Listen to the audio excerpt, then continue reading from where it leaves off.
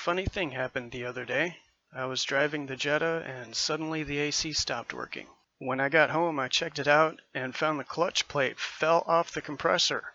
Thankfully, the belly pan caught it, but the clutch plate is damaged, so I can't reuse it. I checked the compressor to make sure it wasn't damaged. I also used my manifold gauges to make sure the compressor wasn't leaking. The compressor appears to be okay, so I ordered a clutch kit for it. To get at the AC compressor, I needed to remove the right front wheel, the belly pan, and the plastic skirt on the right side.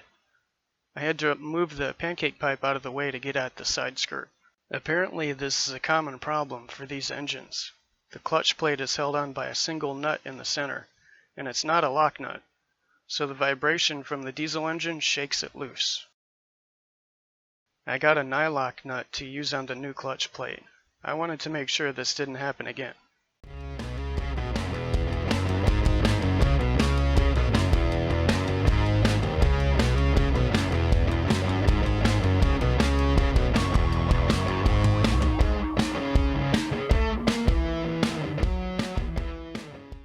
The clutch plate uses shims to space it away from the clutch pulley.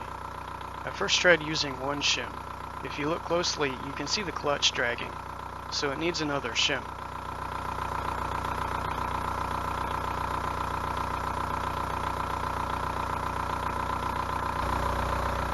That did the trick.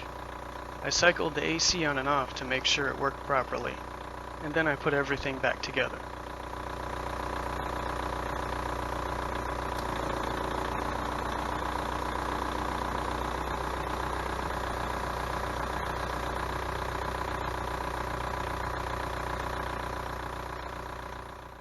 How did that get in there? I don't even smoke.